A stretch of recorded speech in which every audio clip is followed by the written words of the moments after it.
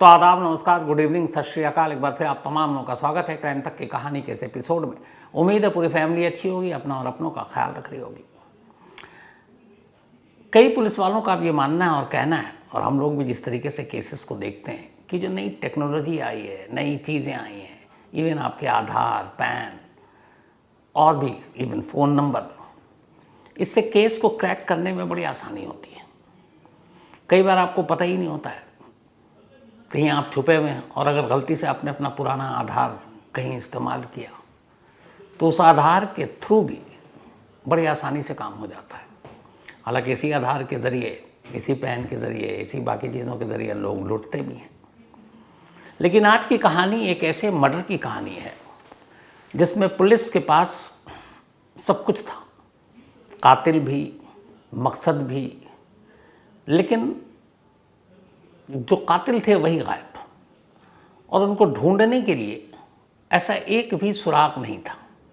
अब इतने बड़े राज्य में या इतने बड़े देश में दो लोगों को ढूंढना है, और वो दो लोग ऐसे हैं जिनके पास ऐसा एक भी सबूत या सुराग वो लेकर नहीं चल रहे हैं जो अपने पीछे छोड़ जाएं और पुलिस उन तक पहुंच जाए। तो अब 1 अरब 40 करोड़ लोगों के बीच में दो लोगों को ढूंढना बड़ा मुश्किल काम होता है, और यही चुनौती थी पुलिस के सामने। लेकिन फिर कैसे 5 साल के बाद सारी चीज़ें सुलझती हैं, कैसे एक वाक़या होता है और एक गलती, और फिर एक कहानी सामने आती है। कहानी कर्नाटक की है, कर्नाटक के बेंगलुरु की है। यहाँ एक परिवार रहा करता था। इस परिवार की मुखिया थी शशिकला। उनके हस्बैंड की डेथ हो चुकी थी बहुत पहले। ले देकर एक बेटा था, उसका नाम था संजय वासुदेव, और घर में संजय के अलावा शशिकला की अपनी माँ शांति कुमारी रहा करती थी, बल्कि शांता कुमारी। तो घर में ये 3 लोग रहते थे। वासुदेव अपनी माँ के साथ और अपनी दादी के साथ, पिता थे नहीं। माँ ने बड़ी मेहनत करके वासुदेव को कहा कि इसको पढ़ा लिखा कर अच्छा इंसान बनाएंगे, बड़ा आदमी बनाएंगे, और उसने माँ के सपने को भी पूरा किया। पढ़ने लिखने में बहुत होशियार, 10th और 12th के बोर्ड में उसने 90% से ज़्यादा मार्क्स लाए। उसको एस्ट्रोनॉट इंजीनियर बनना था, शौक़ यही था। माँ ने कहा ठीक है, हम तेरे लिए सब कुछ करेंगे। उसके बाद 12th पास करने के बाद एस्ट्रोनॉट बनने के लिए उसने इंजीनियरिंग कॉलेज में दाखिला ले लिया और अब पढ़ाई कर रहा है। निहायत शरीफ, बात करने में बहुत ही अदब तमीज़ वाला। बेंगलुरु के जिस इलाके में रहा करता था वहाँ के लोग भी उसके कायल थे कि बहुत सुलझा हुआ लड़का है, सिर्फ पढ़ाई पर ध्यान देता है, पार्ट टाइम को जॉब करता है और अपने घर पर रहता है। तो सभी लोग उससे बड़े प्रभावित थे। ज़िंदगी ठीक ठाक चल रही थी, बस घर में कभी कभार झगड़ा होता था, और झगड़ा माँ बेटे में नहीं, बल्कि माँ की अपनी बेटी के साथ या फिर दादी की पोते के साथ। और उसकी वजह एक थी, जो दादी थी इनकी, संजय की, शांता कुमारी, वो थोड़े से पुराने ख्याल की थी, और उनका ये मानना था कि बाहर की चीज़ या बाहर का खाना नहीं खाना चाहिए। अब आजकल इस चीज़ पे तो बहुत सारे घरों में झगड़ा भी होता है। तो जब भी संजय या संजय की माँ शशिकला घर में कुछ बाहर से किसी रेस्टोरेंट से खाना लेकर आती, कई बार बनाने का मन नहीं करता, तो दादी भड़क जाती और वो कहती ये क्या है, ये सब चीज़ें नहीं लानी चाहिए, और वो फिर बोलना शुरू कर देती। तो कई बार माँ बेटी में झगड़ा होता, फिर पोता भी बीच में आ जाता। लेकिन फिर थोड़ी देर के बाद सभी में प्यार, सभी एक साथ घर में रहने लगते। ये सिलसिला चलता रहा। कई बार पड़ोसियों को भी पता था कि किस वजह से ये झगड़ा चलता था। लेकिन फिर धीरे धीरे अगस्त 2016 की बात है। अगस्त 2016 में एक रोज़ अचानक घर से दादी गायब हो गई। अब सिर्फ घर में माँ बेटे। अब चूँकि लोग एक दूसरे को देखते थे, मिलते थे, बातें करते थे, तो 70 साल की शांता कुमारी अब घर में है नहीं। तो पड़ोसियों ने पूछना शुरू किया संजय से, उसकी मम्मी शशिकला से, कि दादी कहाँ गई या तुम्हारी माँ कहाँ गई। तो उन्होंने बताया कि वो हमारा ही कर्नाटक में एक और जगह है, वो वहीं उनके छोटे बेटे के पास चली गई हैं कुछ वक्त के लिए। तो उन्हें लगा बिल्कुल होगा, हो सकता है जा सकती हैं। तो खैर जितने लोगों ने पूछा सभी को सवाल का जवाब दे दिया कि वो अपने छोटे, मतलब उनके भाई के पास गई हैं। वक्त बीतता रहा। अगस्त में वो गायब हुई थी। अगस्त 16 के बाद किसी ने देखा नहीं था। अब आ गया फरवरी 2017, फरवरी का महीना। लगभग अगस्त के बाद सितंबर, अक्टूबर, नवंबर, दिसंबर, जनवरी, फरवरी, 6 महीने बीत गए। 6 महीने के बाद एक रोज़ शशिकला ने जिस घर में रहती थी अपने लैंडलॉर्ड से 2 लाख रुपए उधार मांगे। इससे पहले भी पैसे उसने मांगे थे और उसने दे दिए थे, क्योंकि उसे मालूम था ये अपने बेटे को पढ़ा रही है इंजीनियरिंग कॉलेज में, खर्चा भी है, लेकिन वो ईमानदार थी, लौटा देती थी। तब उसने फरवरी में उससे कहा कि मुझे 2 लाख रुपए चाहिए, मैं आपको लौटा दूंगी। लैंडलॉर्ड ने कहा ठीक है, लेकिन मैं एक साथ नहीं दे पाऊंगा, 50,000 अभी ट्रांसफ़र करता हूँ, बाकी बाद में। उसने 50,000 ट्रांसफ़र कर दिया। जब 50,000 ट्रांसफ़र कर दिया, ये बात है 2 फरवरी 2017 की। उसके बाद अगले ही दिन शशिकला और उसका बेटा संजय घर में ताला लगाकर निकल गए। वो दिन और आज का दिन, मतलब आज का नहीं, अगले 5 साल में, उसके बाद उनका कुछ सुराग ही नहीं मिला, कहाँ गए। घर में ताला लगा हुआ है और घर से जैसे ही बाहर निकले उसके बाद उनका फ़ोन भी बंद। जो नंबर माँ बेटे अब तक यूज़ किया करते थे वो मोबाइल अब बंद।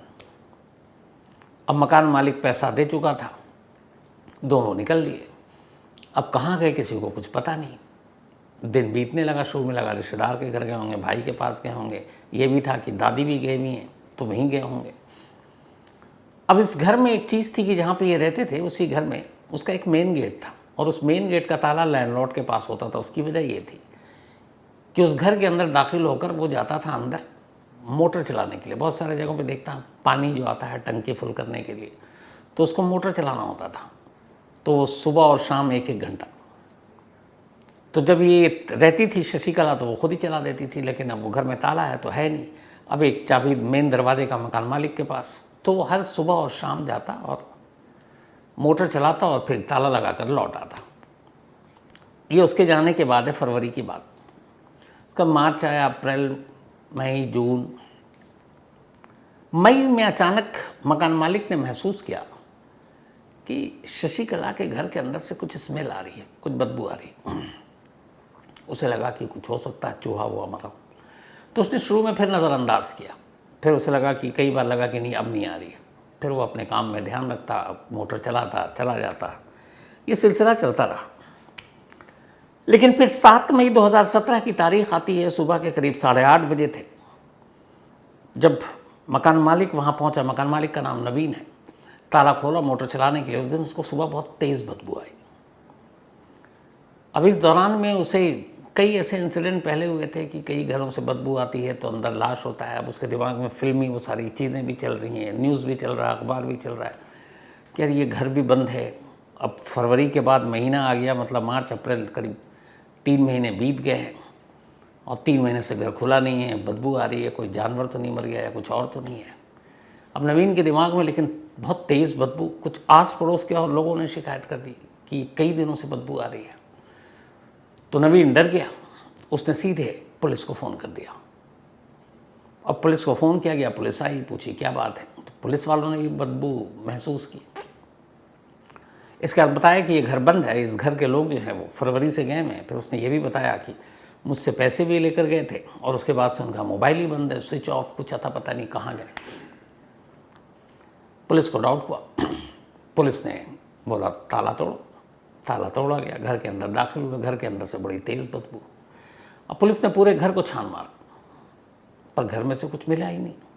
किचन से लेके फ्रिज तक खोल दिया, बाकी चीज़ें देख ली। अब घर में कोई गार्डन वार्डन था नहीं, इस तरह का फ्लैट था वो। तो जितने बक्से हैं वो खोल दी, अलमारियाँ खोल दी, सब कुछ खोल दी, कहीं से कुछ भी नहीं मिला, लेकिन बदबू आ रही है। तो फिर पुलिस ने कहा कि यार कोने वोने में देखो कोई चूहा वूहा मरा पड़ा हो आसपास में, दरवाजे के पीछे भी। घंटों तलाशी चल रही है, कुछ मिल नहीं रहा, लेकिन बदबू आ रही है। पुलिस वालों ने कहा यार यहाँ तो कुछ है ही नहीं, सारा सामान तो देख लिया, लेकिन बदबू कहाँ से आ रही है समझ में नहीं आ रहा। नवीन भी हैरान। उसने कहा कुछ है नहीं, उसको भी तसल्ली हुई कि सब ठीक है। तो पुलिस वाले थोड़ी देर के बाद कहते हैं कि अच्छा हम चलते हैं, क्योंकि यहाँ कुछ मिला नहीं। नवीन ने कहा कि एक बार और नज़र दौड़ा लेता हूँ। अब उसने फिर से नज़र दौड़ानी शुरू की। अब जैसे उसने नज़र दौड़ानी शुरू की, अचानक उसे याद आया कि इस घर में तो एक अलमारी थी इस दीवार पर, और ये अलमारी दिखाई नहीं दे रही है। अब नवीन ने फिर से ध्यान से देखा दीवार की तरफ, और उसने पुलिस वालों को जब ये कहा कि यहाँ अलमारी हुआ करती थी, अलमारी तो है नहीं, ये तो सपाट दीवार है, तो ऐसा कैसे? चूँकि घर उसी का था, किराए पर दे रखा था, उसे सब पता था। तो पुलिस वालों ने कहा यार अलमारी कहाँ से लगा? तो उन्हें लगा कि दीवार के बाहर अलमारी होगी, अलमारी ले गए उठाकर। उसने कहा नहीं साहब, वो तो दीवार के अंदर अलमारी बनी हुई थी, और मुझे अब ये दीवार थोड़ी बाहर की तरफ भी दिख रही है, पहले ये बाहर की तरफ थी नहीं और अलमारी गायब है, तो फिर इस दीवार का सस्पेंस क्या है? तो फिर पुलिस करीब गई तो दीवार में कुछ छोटे छोटे सुराख थे, वहाँ जाते ही बड़ी तेज़ बदबू आई उन सुराखों से। अब पुलिस का माथा ठनका, क्योंकि ये कह रहा अलमारी थी, यहाँ दीवार है। फिर उन्होंने और ध्यान से देखा तो देखा कि ये इस पर नई सीमेंट लगी हुई इस दीवार पर। अब पुलिस ने मजदूरों को बुलाया और कहा दीवार तोड़ो। अब उस जगह पे जहाँ अलमारी हुआ करती थी उस दीवार को तोड़ने का काम शुरू हुआ। जैसे ही शुरुआती सीमेंट हटे, अंदर एक अलमारी दिखाई थी। नवीन सही कह रहा था, लेकिन वो अलमारी खाली थी और अलमारी बहुत गहरी और बड़ी थी। उस अलमारी के अंदर अब एक ब्लू ड्रम दिखाई दिया। अब अलमारी में एक ड्रम, लेकिन वो पूरे ड्रम में सीमेंट है, मतलब उसको सीमेंट से ढक दिया गया है, उस पर सीमेंट का लेप लगाया गया है। अब पूरी दीवार तोड़ने के बाद उस अलमारी से उस ड्रम को बाहर निकाला गया, जो नीले रंग का ड्रम था। उसके बाद उसके सीमेंट वेमेंट को तोड़ा गया, हटाया गया। जैसे ही ढक्कन खुला, बड़ी तेज बदबू आई। अंदर एक लाश थी। अब लाश किसकी पता नहीं। पुलिस ने उस लाश को फौरन अस्पताल भेजा, पोस्टमार्टम हुआ। जब पोस्टमार्टम हुआ तो डॉक्टर ने कहा कि ये लाश कम से कम 9 महीने पुरानी है।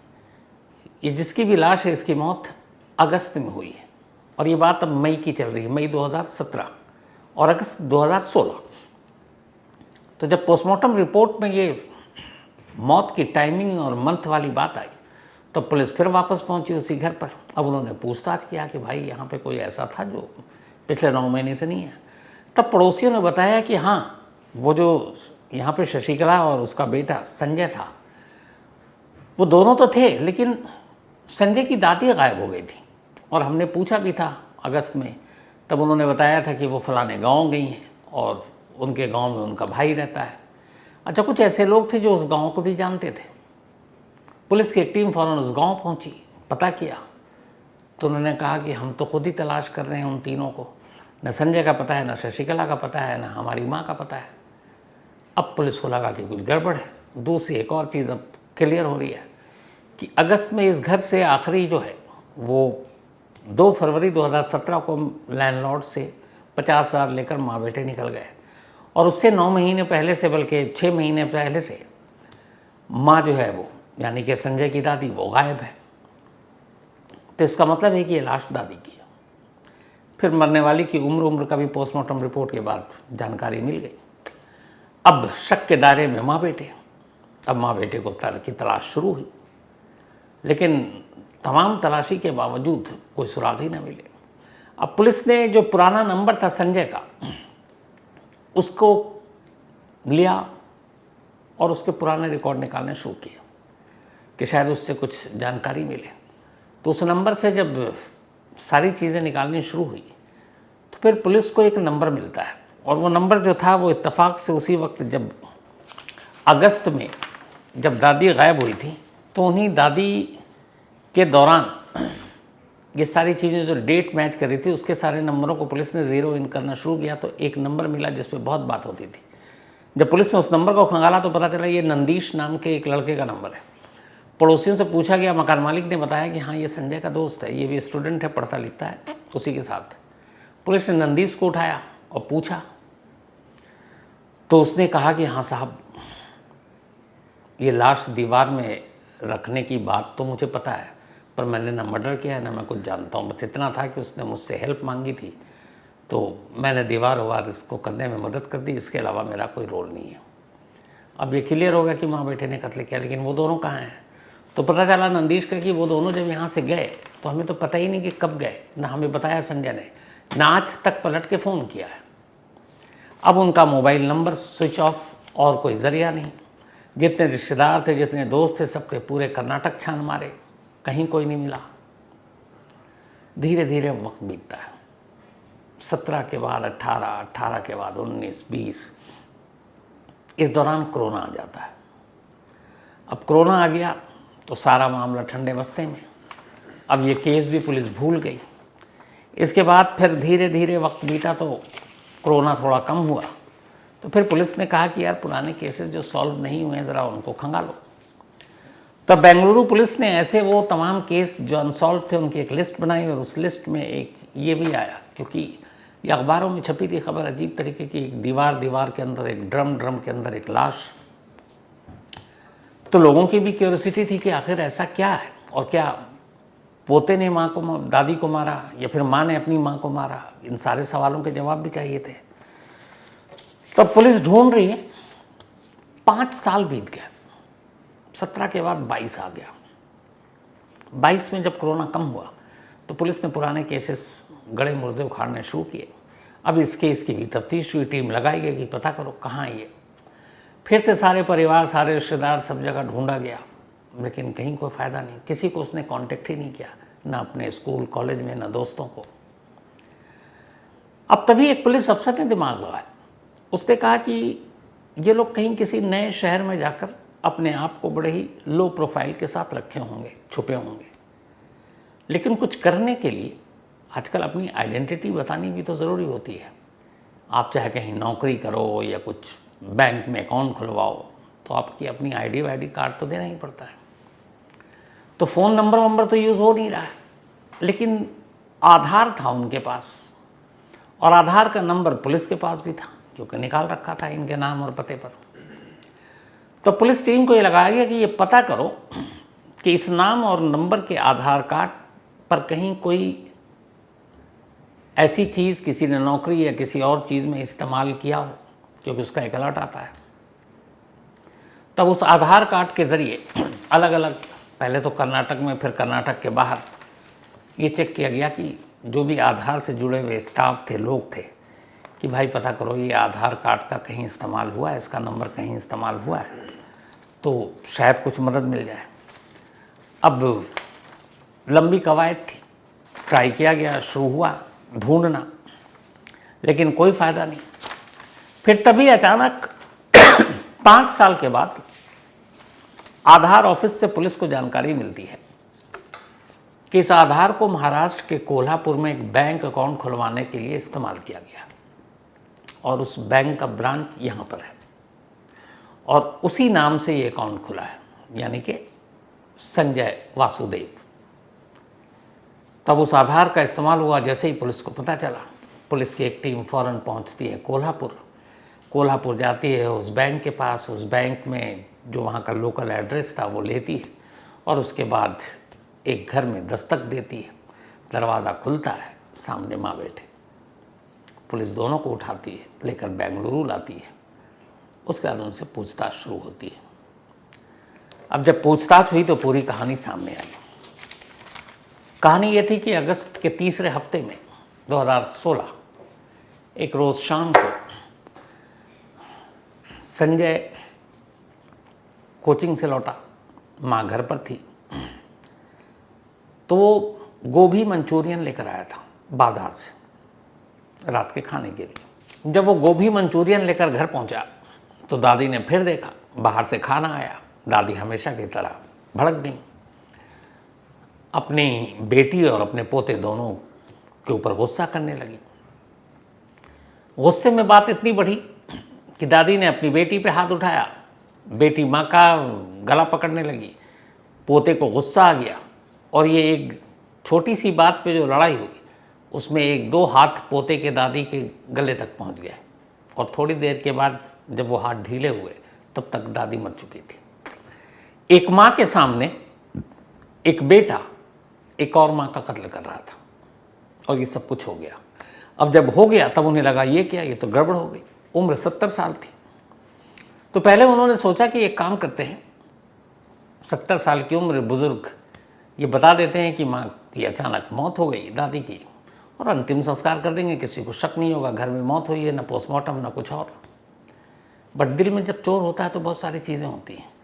फिर उन्हें लगा कि नहीं, अचानक बताएंगे मौत हो गई, पड़ोसी कहेंगे शाम तक तो ठीक थी, और कोई कहीं जाकर पुलिस को बता दे तो पुलिस वाले आएंगे और हम लोगों को पकड़ लेंगे, तो फिर ये हुआ कि हाँ ये भी हो सकता है, तो क्या करें। फिर ये भी डर था कि अगर अंतिम संस्कार करेंगे घर से भाई वाई आएगा, बाकी लोग देखेंगे, लाश देखेंगे, गले पर निशान है, तो भी पकड़े जाएंगे। तो फिर माँ बेटे ने कहा नहीं ये ठीक नहीं है, तो फिर क्या किया जाए। तो ये हुआ कि उसने अपने एक दोस्त को फ़ोन किया संजय ने, और उसने कहा कि एक तू ऐसे ऐसे बोरी और ये ले आ और एक लाश को ले जाकर कहीं नदी में फेंकनी है। लेकिन अब घर से निकाल कर बोरी में ले जाना है लाश, वो भी डर लगा हुआ है कि कोई देख न ले, तो क्या किया जाए। तब फिर इन्होंने एक प्लान बनाया। घर में बड़ी सी अलमारी थी, एक ड्रम था, ड्रम के अंदर दादी को रखा, ड्रम के ऊपर सीमेंट लगाया, अलमारी पूरी खाली कर दी, अलमारी के अंदर ड्रम डाला, और फिर वो पूरी दीवार जो अलमारी थी, अलमारी के ऊपर से पहले तो चारकोल लगाया, और चारकोल के बाद उसको भी सीमेंट से उसका लेप लगा दिया, और वो दीवार अलमारी सब बंद, सारी चीज़ें एक एक होल तक बंद कर दिया ताकि कोई स्मेल ना आए। अब उसके बाद वो आराम से, ये अगस्त 2 या 3 वीक 2016 की बात है, उसका पूरा अगस्त, सितंबर, अक्टूबर, नवंबर, दिसंबर, जनवरी, फरवरी उसी घर में रहे। लेकिन फरवरी से उन्हें घर के अंदर चुके रहते थे, थोड़ी स्मेल आनी शुरू हो गई। अच्छा, बीच में वो हमेशा परफ्यूम लगा देते थे, जब स्मेल आती थी तो परफ्यूम लगाते रहते थे, लेकिन अब स्मेल बढ़ने लगी। तो अब दोनों को लगा कि यहाँ बहुत ज़्यादा दिन तक नहीं रह सकते, ये स्मेल बढ़ेगी, फिर पड़ोसियों तक जाएगी और हम लोग पकड़े जाएंगे, क्योंकि कभी ना कभी दीवार का राज खुल जाएगा। तो फिर उन्होंने कहा कि अब इस शहर को छोड़कर भाग चलते हैं। पैसे इतने थे नहीं, जो भी थे वो रखे। फिर उन्होंने कहा जब भागना ही है तो मकान मालिक को भी चूना लगा देते हैं। उन्होंने नवीन से कहा, पुराना उनका अच्छा रिकॉर्ड था, कि 2 लाख रुपए चाहिए। उसने कहा ये ले लीजिए, लेकिन 50,000 अभी, बाकी के 1.5 बाद में। पर उनको इतना इंतज़ार कर नहीं सकते थे। जैसे ही 50,000 उनके अकाउंट में ट्रांसफ़र हुए, वो 2 फरवरी या 3 फरवरी 2017 को ही दोनों माँ बेटे एक रात आराम से घर से निकल गए, ताला लगाकर। और उसके बाद फिर वो वहाँ से पहुँचे सीधे भटकते हुए कोल्हापुर, महाराष्ट्र। और वहाँ इन दोनों ने बड़ी अपनी लो प्रोफाइल रखी, कोई मोबाइल नहीं, कुछ नहीं, अपना नाम भी एकदम शॉर्ट में बताते। और ये चूँकि एक एस्ट्रोनॉट की पढ़ाई कर रहा था, बहुत ही ब्रिलियंट स्टूडेंट, लेकिन उसे लगा कि यहाँ ज़्यादा अगर मैं कहीं एडमिशन ये वो लेता हूँ तो फिर पुरानी चीज़ें ना खुल कर आ जाएँ, दिल में डर था। तो ये वहाँ पर एक कैटरिंग कंपनी में सप्लायर के तौर पर काम करने लगा, और उसी पैसे से अपना एक किराए का घर लिया और दोनों माँ बेटे वहीं रहते। और इस एक इंसिडेंट की वजह से उसकी पढ़ाई छूट गई, एक फ्यूचर का इंजीनियर एक कातिल बन गया। तो फिर कोल्हापुर से इन दोनों को लाया गया, और इस वक्त लाने के बाद दोनों को कोर्ट में पेश किया गया। दोनों फिलहाल जेल में हैं और मुकदमे की कार्रवाई अभी जारी है। तो ये थी आज की कहानी। अब आपसे मुलाकात होगी मंडे को, क्योंकि कल है संडे। तो मंडे को किसी नई कहानी के साथ मुलाकात होगी। तब तक अपना और अपनों का ख्याल रखिएगा। Thank you very much.